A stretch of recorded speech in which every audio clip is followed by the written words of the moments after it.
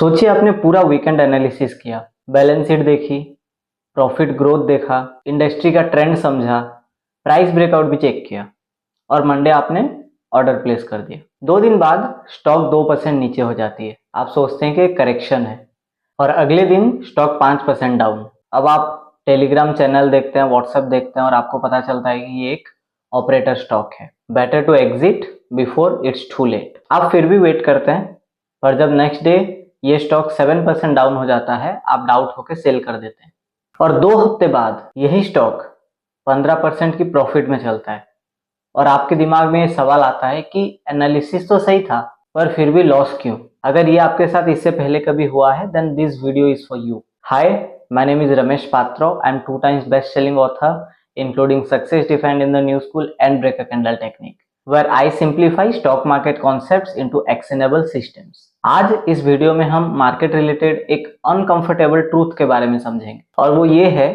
कि मार्केट में लोग एनालिसिस के लिए फेल नहीं होते, वो होते हैं एनालिसिस के बाद के बिहेवियर के लिए। और यही डिफरेंस ट्रेडर और न्यू स्कूल इन्वेस्टर को अलग करता है। चलिए इसके पीछे का रियल प्रॉब्लम को समझते हैं। ज्यादातर ट्रेडर ये समझते हैं कि अगर एनालिसिस स्ट्रांग है तो रिजल्ट भी स्ट्रांग ही होगा, पर ये जरूरी नहीं, क्योंकि मार्केट मैथमेटिक्स के साथ साइकोलॉजी पे भी काम करता है। और अगर स्पेसिफिकली मैं वर्किंग प्रोफेशनल्स का बात करूं, तब तो सिनेरियो ही अलग हो जाती है, because you have a limited time. आप फुल टाइम जॉब करते हो, मीटिंग्स, कॉल्स, डेडलाइन और इन सब के बीच कहीं आप ट्रेड भी करते हो, सो आपके लिए सिनेरियो कंप्लीटली डिफरेंट हो जाती है। इसीलिए क्या होता है कि आपकी एंट्री तो रिसर्च बेसिस पे होता है, लेकिन जब स्टॉक मूव करता है तो फियर और ग्रीड डिसीजन लेने लगते हैं। और ये रिफ्लेक्ट कैसे करता है? ओवर ट्रेडिंग, लॉस वाली स्टॉक्स को ज्यादा होल्ड करना, प्रॉफिट ज्यादा जल्दी बुक कर देना। तो प्रॉब्लम एनालिसिस का नहीं है, प्रॉब्लम है no predefined risk structure, no emotional guardrail and no behavioural discipline.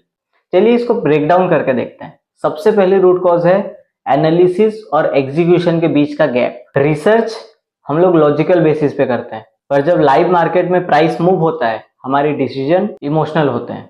Weekend पे हमारा माइंड काम रहता है और वीकडेज पे volatile. Remember this, without written rules emotions override logic. Root cause number 2, recency bias. अगर लास्ट 3 ट्रेड्स लॉस में गया हो तो नेक्स्ट ट्रेड में कॉन्फिडेंस लो होता है। सेम चीज अगर लास्ट 3 ट्रेड हमारी प्रॉफिटेबल होता है तो हमारी कॉन्फिडेंस हाई हो जाती है। लेट्स से फॉर एग्जांपल किसी एक स्ट्रेटेजी की एक्यूरेसी 60% है, उसका ये मतलब होता है कि 100 में से 60 ट्रेड्स में आपको प्रॉफिट होगा। उसका ये मतलब नहीं है कि नेक्स्ट 3 ट्रेड्स में ही आपको प्रॉफिट होगा, वो 60 100 में से किसी भी ट्रेड्स में हो सकते हैं। That is probability. Recent outcomes आपकी मार्केट रिस्क को डिस्टॉर्ट करता है और मार्केट में हर ट्रेड इंडिपेंडेंट होता है। Root cause number 3, over confident bias. Previously अगर 2-3 ट्रेड में हमको प्रॉफिट होता है, then what we usually do, हमारी एक्सपोजर बढ़ा देते हैं। हम ट्रेड ज्यादा अमाउंट के साथ करते हैं और हमारी रिस्क बढ़ जाती है। फिर जैसे ही एक लॉस हुआ, जैसे ही एक अनएक्सपेक्टेड मूव हुआ, हमारी कॉन्फिडेंस डाउन और हमारी पोर्टफोलियो भी down. Root cause number 4, social media noise. Twitter, Telegram, WhatsApp. ज्यादा इंफॉर्मेशन हमेशा ही आपकी क्लैरिटी को डिस्ट्रॉय कर देता है और आपकी जो एनालिसिस है उसको डाइल्यूट कर देता है। हम सबको पता है कि मार्केट अनसर्टेन है, पर हमारा ब्रेन को सर्टेनिटी चाहिए। इवोल्यूशनरी साइकोलॉजी को समझिए। एंशिएंट टाइम पे अनसर्टेनिटी मतलब खतरा, तो माइंड को क्विक एक्शन पसंद है, या तो फाइट या तो भागो। मार्केट में जैसे ही 7% की करेक्शन दिखता है, mind says it's time to exit. Not because thesis change हुआ, बट माइंड को अनसर्टेनिटी अनकंफर्टेबल लगता है हमेशा। और ऐसे टाइम पे हमारी इंटेलिजेंस क्यों काम नहीं करती? क्योंकि स्ट्रेस के टाइम पे हमारा प्री फ्रंटल कॉर्टेक्स स्लो हो जाता है और हमारा इमोशनल ब्रेन एक्टिव हो जाता है। और यही रीजन है कि हाईली एजुकेटेड पर्सन्स भी इंपल्सिव डिसीजन लेते हैं। और क्योंकि ये नॉलेज का इशू नहीं है, ये नर्वस सिस्टम का इशू है, इसीलिए स्ट्रक्चर बहुत ज्यादा जरूरी हो जाता है। स्टार्टिंग में मुझे लगता था कि ज्यादा ट्रेड मतलब ज्यादा प्रॉफिट, पर मैं गलत था।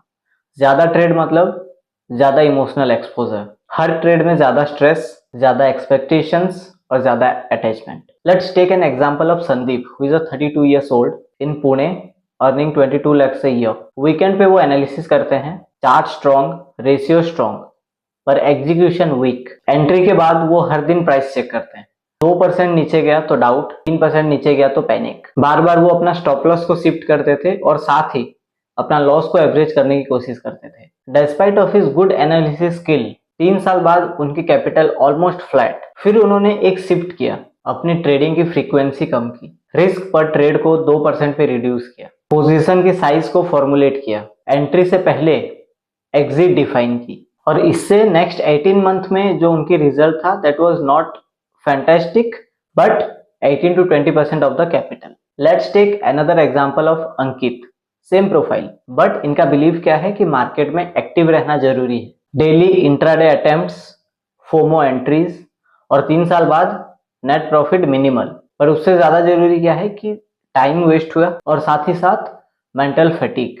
एनालिसिस दोनों ही करते थे बट अप्रोच अलग था तो आउटकम भी अलग हुआ। सो अभी बात करते हैं कि क्या कर सकते हैं to make it better, what can be done. There is a practical solution for it. 7 दिन में आप उसको इंप्लीमेंट कर सकते हो। Step 1, decide your risk per trade, और एक ट्रेड में 2% से ज्यादा रिस्क नहीं।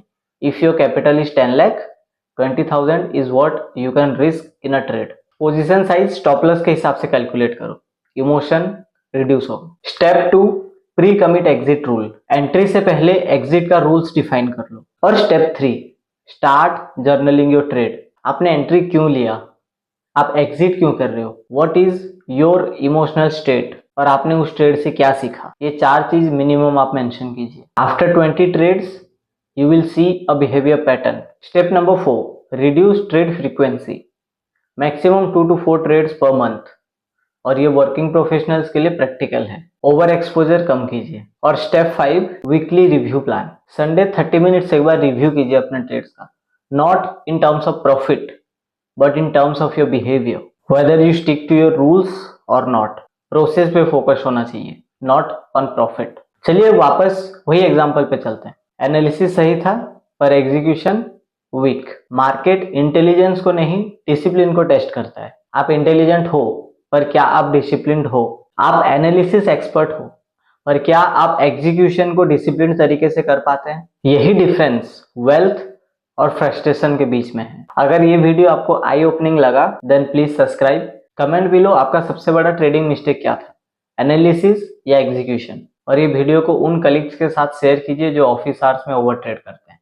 रिमेंबर, प्रेडिक्ट नहीं प्लान करो और एग्जीक्यूशन को इमोशन से फास्ट बनाओ। That is the new school way. Ramesh Patro signing off. Thank you.